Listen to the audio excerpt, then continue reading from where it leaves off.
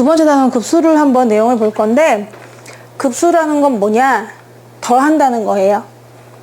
급수라는 말 자체에 더한다, 이런 뜻이 있어요. 그래서 무한히 더하는 거야. 무한히. 그럼 무한히 더할 때 우리가 표현을 이렇게 하거든.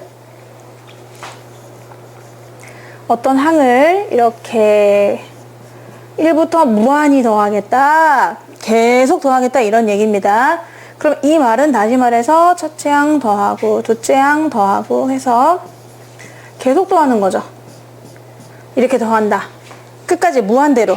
자, 이게 바로 급수라는 겁니다. 그래서 급수는 더하는 것이다 라고 생각하면 되고, 여기가 지금 변수가 n이지만요, 이렇게 n이지만 n이 아닌 i도 되고 j도 되고 다 똑같습니다. 그러니까 얘랑 같은 표현으로 나는 j를 넣겠다 그러면은 aj분의 이렇게 해서 무한대까지 이렇게 될 수도 있고, 아니면 난 i를 넣겠다 그러면은 i를 1부터 무한대까지 넣겠다, 이렇게 등등등 k를 넣겠다, 이렇게 표현할 수 있는 거예요. 다 같은 겁니다. 여기 옆에 있는 변수를 무엇으로 잡든지 간에 하여튼 그거는 상관이 없는 것이겠죠. 그래서 무한히 더하는 것을 우리는 급수라고 한다. 그리고요, 우리가 이제 무한히 더하는데요, 무한히 더하는 급수가 있습니다. 근데 걔를 어떻게 구하느냐?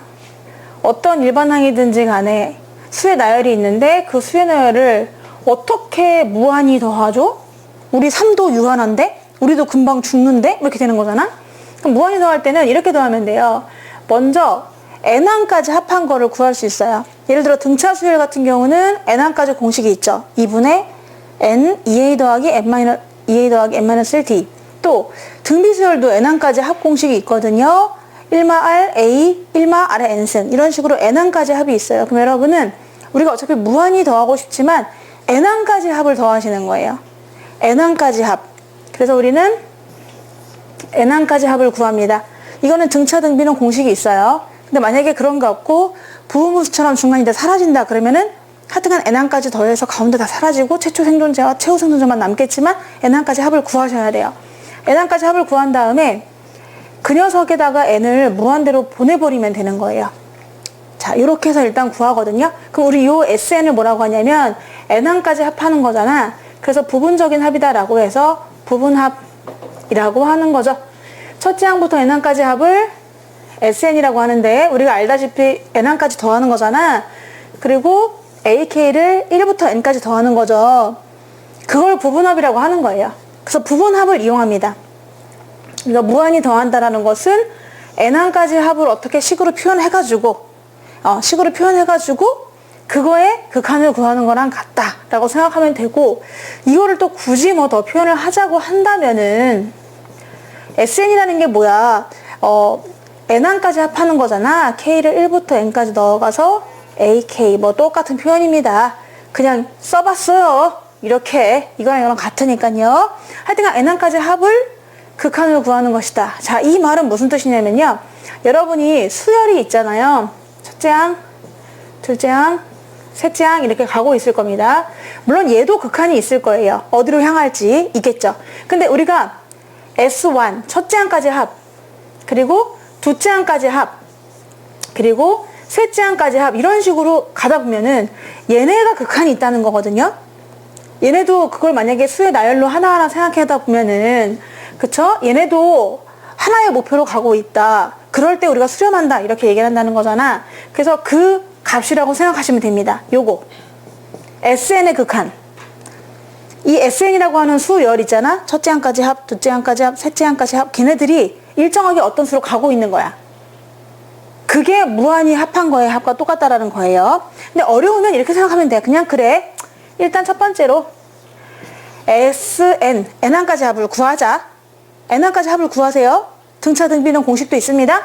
그 다음에 그거를 n을 그냥 무한히 보내버리자.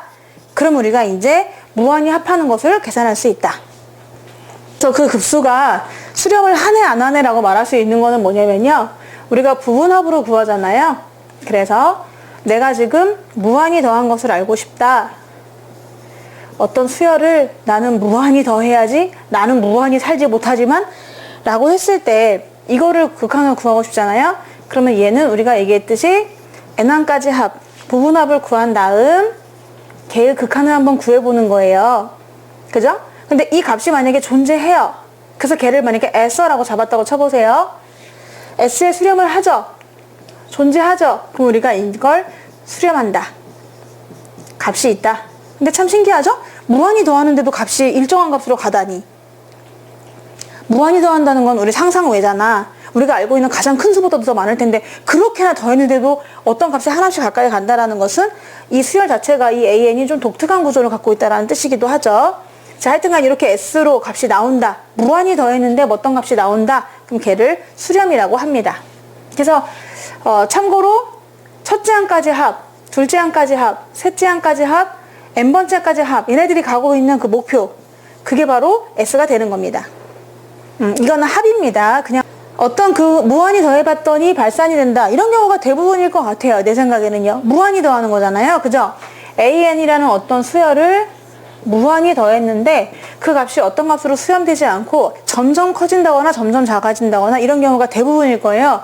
그래서 얘는 만약에 얘가 발산한다고 치면은 무한대가 되거나 발산하는 경우는 무한대가 되거나 아니면 마이너스 무한대가 되거나 아니면 진동이 되거나 막 이런 식으로 있죠. 합도 그럴 수 있어요. 더할 때마다 값이 왔다 갔다 할 수도 있는 거죠. 예를 들어 부호가 교대로 되어 있는 애들이라면은 마일 1, 마일 1 된다면은 처음 항까지 합하면 마일인데 두 번째 항까지 합하면 0이고 세 번째 항까지 합하면 또 마일이고 네 번째 항까지 합하면 0이고 막 이런 식으로 왔다 갔다 하잖아요. 이해되나요? 예를 들어서 AN이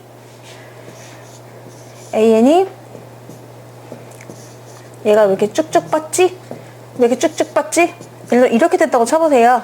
1, 마일 이렇게 됐다고 치면은 그때 SN이라는 걸 나열해 보면은 첫째 항까지 합은 마이너스 1인데 두 번째 항까지 합하면 0이고 세 번째 항까지 합하면 마이너스 1이고 네 번째 항까지 합하니까 0이고 이런 식으로 가잖아. 그러니까 이 SN 자체가 어느 한쪽으로 향해서 가고 있는 게 아니잖아요. 진동하죠? 네, 이럴 때는 발산이라고 할 수가 있습니다. 대부분 그럴 거예요. 그래서 급수는 다 더했을 때 발산이 될 수도 있다.